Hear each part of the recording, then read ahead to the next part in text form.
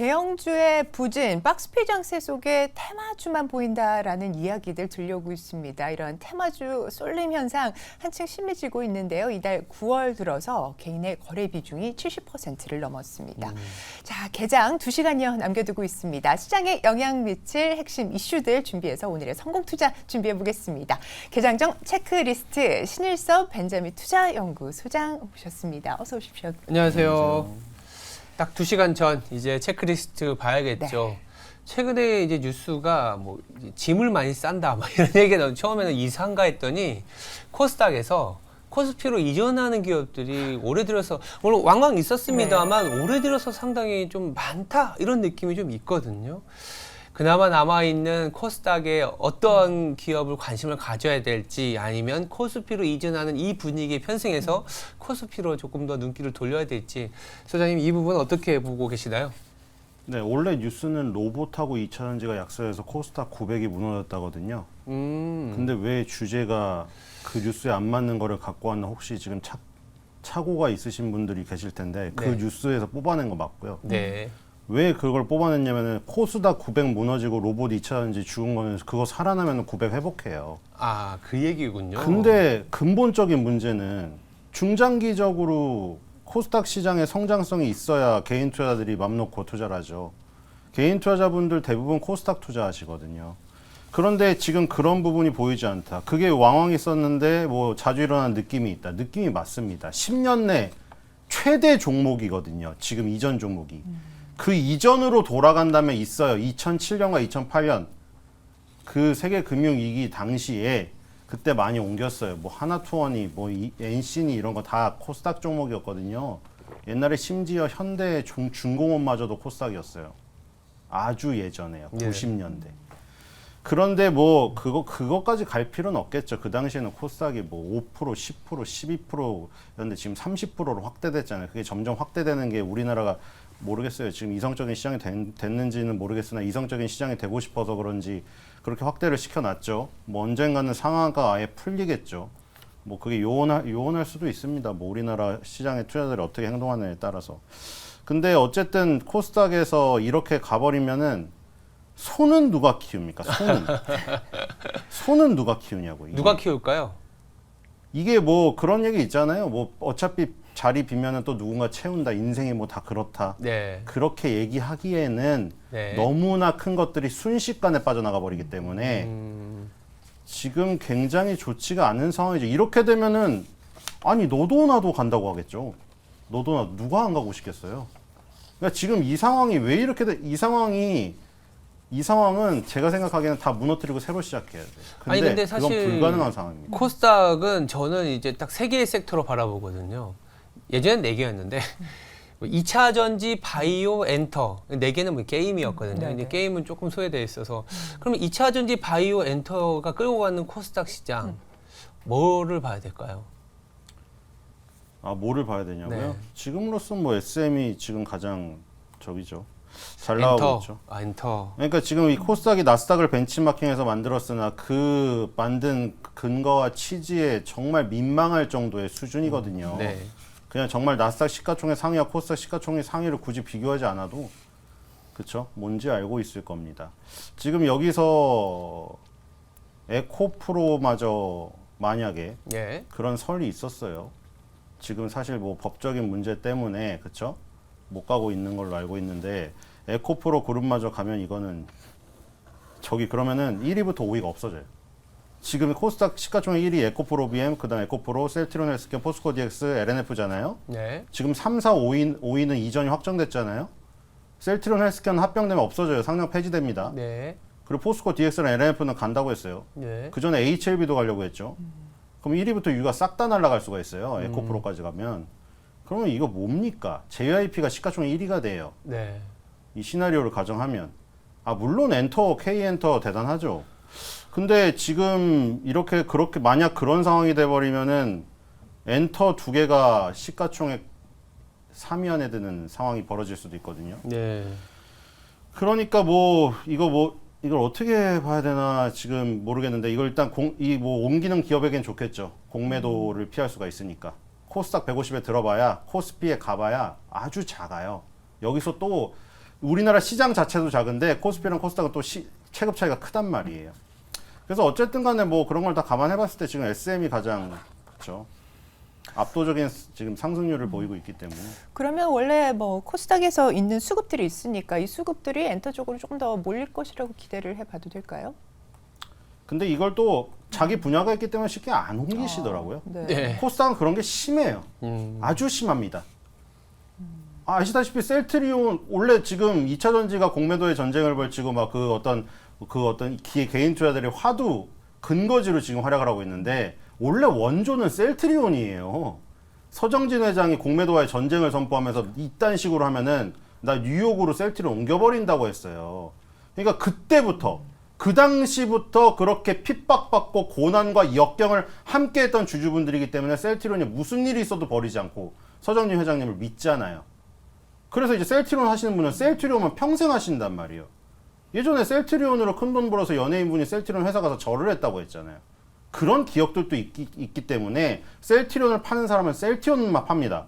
그리고 HLB는 또 어떻습니까? 진양곤 회장님의 그 눈물의 감성, 서정진 회장님과 완전 다른 성향, 거기를 또 따르는 강성주들이 있단 말이에요. HLB를 지키는 군단들. HLB만 파십니다. 맨날 그 연구 보고서라던가 지금 그 논문 연구하시고. 완전히 다르세요. 다른 데로 가질 않으세요. 그리고 2차 전지 또 어떻습니까? 에코프로와 LNF, 포스코 DX. 뭐 포스코 DX는 뭐 굳이 2차 전지로 거기까지 완전히 분류하기는 그렇습니다만 어쨌든 포스코 그룹이 가면서 ICT가 DX로 되면서 이것도 급등을 했죠. 어쨌든 이 강성주들 2차 전지를 떠나지 않잖아요. 지금 2차 전지에 대해서 어떤 훼손하는 발언이나 이런 게 있으면은 엄청나게 들고 일어날 정도로 강성 주주분들이 있어요.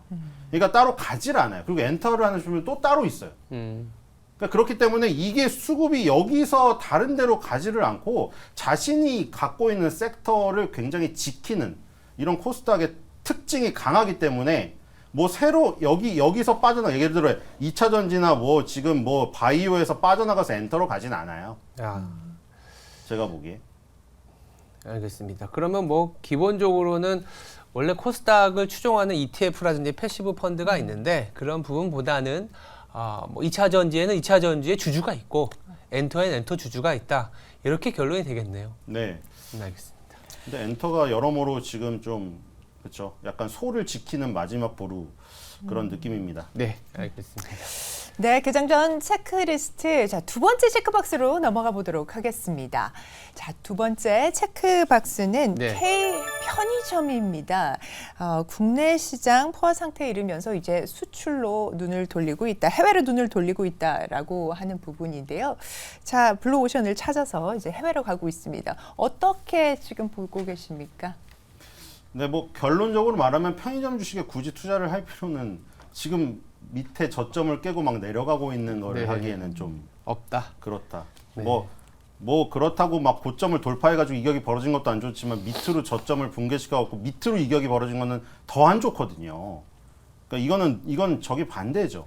급등해서 이격이 벌어진 거는 눌림목을 기다리면 되지만 이 하락이 계속 강화되고 저점을 붕괴시키는 거는 반등이 매도의 기회지 그게 반전이 아니거든요. 그렇기 때문에 이건 더 안 좋은 지금 상황이고요. 편의점 점포가 54,000곳이랍니다.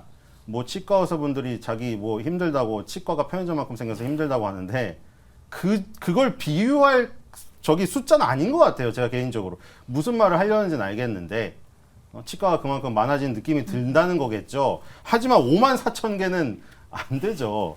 그래서 이게 어느 정도냐면 일본이 우리나라보다 인구도 많고 땅도 훨씬 넓은데 56,000개입니다. 이제 좀 있으면 역전을 하겠어요. 이러다가. 그러니까 밀집도가 엄청나다는 네. 거죠. 어디 뭐 그 인터넷에 그 짤방이라고 그것도 돌잖아요. 어떤 건물이 있는데 3개 회사가 그 한 건물에 층층이 다 있는 거예요. 편의점이. 다른 편의점이. 그런 것도 있더라고요. 그래서 이 밀집도가 엄청난 상황이어가지고 더 이상 이 안에서의 확장은 결국에는 서로 빼먹기 경쟁밖에 되지 않기 때문에 네. 예를 들어 상대 점포가 망한 자리에 그게 들어가고 그런 거라 전체적인 편의점 성장은 이제 한계에 다다랐다. 그래서 결국에 해외를 파기 시작했는데 그게 BGF 리테일의 CU가 가장 시초였고요. 몽골을 처음에 파기 시작해서 지금 몽골이 325점까지 갔답니다. 말레이시아 135점에서 450개. 그래서 여기서 이제 한 곳을 더 나간 게 카자흐스탄. 카자흐스탄. 요즘에 그 홍범도 장군 때문에 그 카자흐스탄 자꾸 나오더라고요. 네. 카자흐스탄을 세 번째 국가로 선택해서 일로 가겠다. 그럼 이제 카자흐스탄까지 가면 500개가 넘을 수 있는 네. 굉장히 빠른 성장세고, 그리고 몽골에서는 겟 커피가 많이 팔린다고 합니다. 저도 한 잔 사 먹어봤는데 1,500원이라서 그렇죠. 스타벅스 가격도 올랐잖아요. 그렇기 때문에 1,500원이면은 상당히 저렴한, 거기다 뭐 여러분들 뭐 요즘에 뭐 젊으신 분들 쿠폰에다가 뭐에다 매기면은 한 1,000원 초반대로 먹으실 수 있을 거예요. 그래서 이게 하루에 평균 CU 점포에서 200잔씩 판매가 되면서 한국 커피가 난리가 났다고 합니다.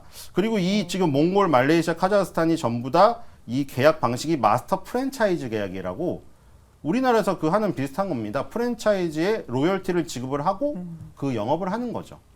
그러니까 이제 로열티 장사를 해외에서 하고 있다는 것이 이제 이 어떤 CU의 새로운 저기가 되겠죠. 돌파구가 될 것 같습니다. 그러면 뭐 처음에는 이 편의점에 대한 접근을 그렇게 좋게는 안 보셨는데 이 중앙아시아의 진출은 어느 정도의 성장성 아니면 편의점에 대한 시각을 바꿀 네. 만한 정도는 아닌가요?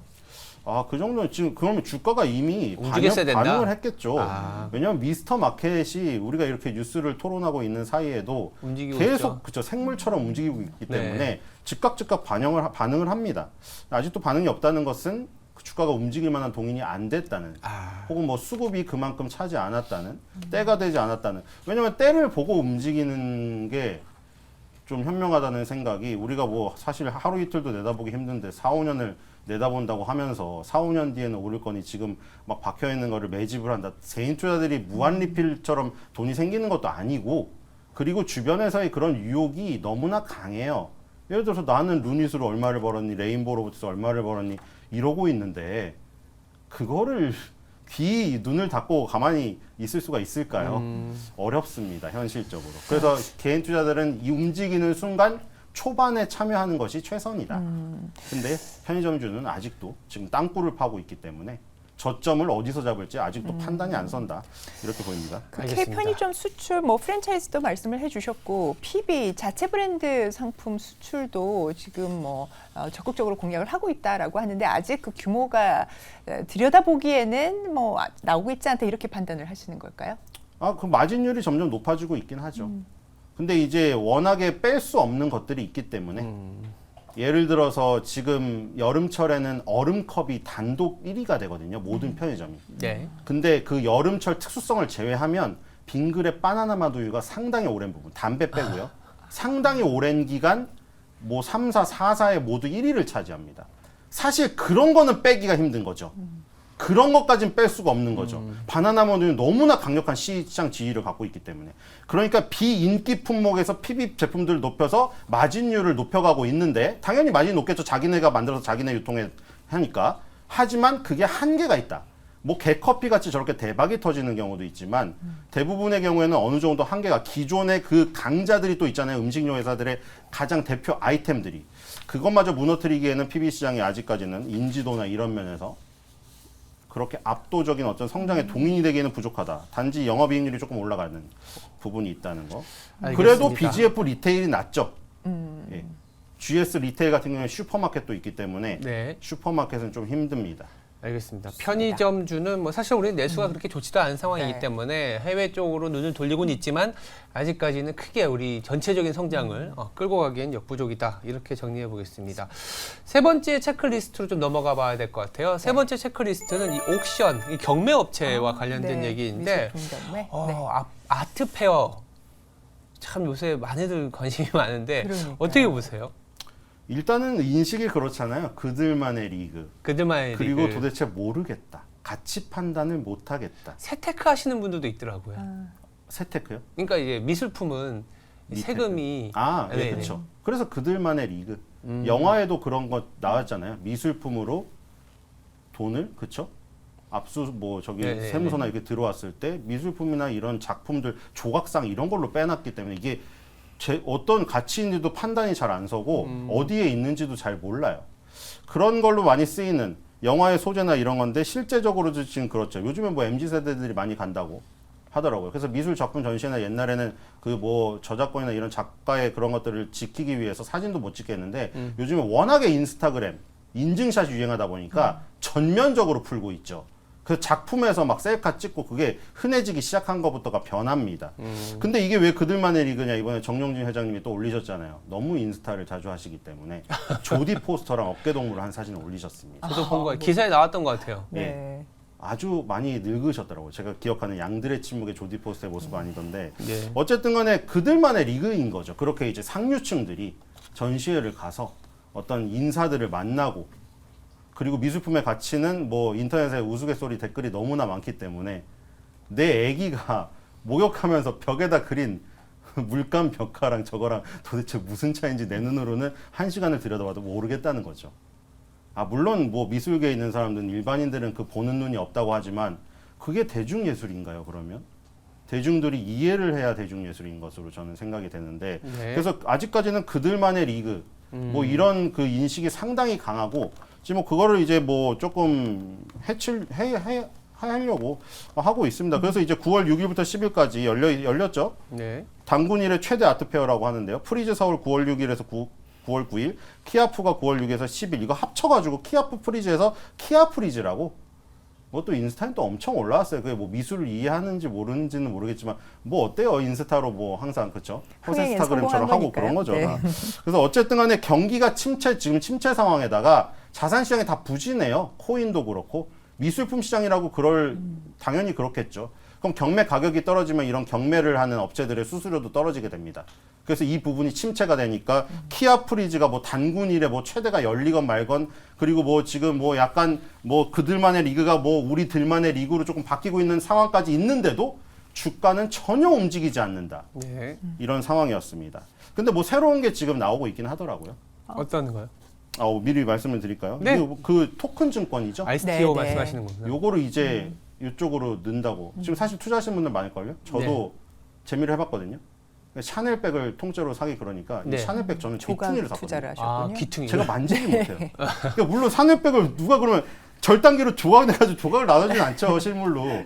근데 그 그쪽을 샀어요. 왜냐면 가운데로 갈수록 가격이 비싸거든요. 네. 그 조각을 샀고 그 롤렉스 시계도 차마 동대문 노란 천막 가서 못 사겠더라고요. 그래서 정품을 그 시계 줄 부분에 그 한 줄을 샀어요. 그러니까 이제 STO가 우리가 네. 이제 아까 말씀하신 것처럼 어떻게 보면 처음에는 그들만의 리그라고 했지만 이제 이런 어떤 옥션 시장 아니면 이제 아트 페어 네. 그리고 뭐 부동산부터 시작해서 아까 뭐 샤넬백도 얘기 나왔는데 이런 부분에 대한 투자의 어떤 비이클 그 방식을 제공해 준다는 측면에서는 조금 더 저변이 확대되는 거 아닌가 이런 생각도 드네요. 그렇죠. 토큰형 증권. 그러니까 뭐 개인 말씀 투자자분들에게는 여러 가지 투자 기회를 제공한다는 네. 면에서 이제 그 금융 당국의 취지는 좋은데, 뭐 또 그거를 아주 그냥 꼬아서 보는 분도 또 그거죠.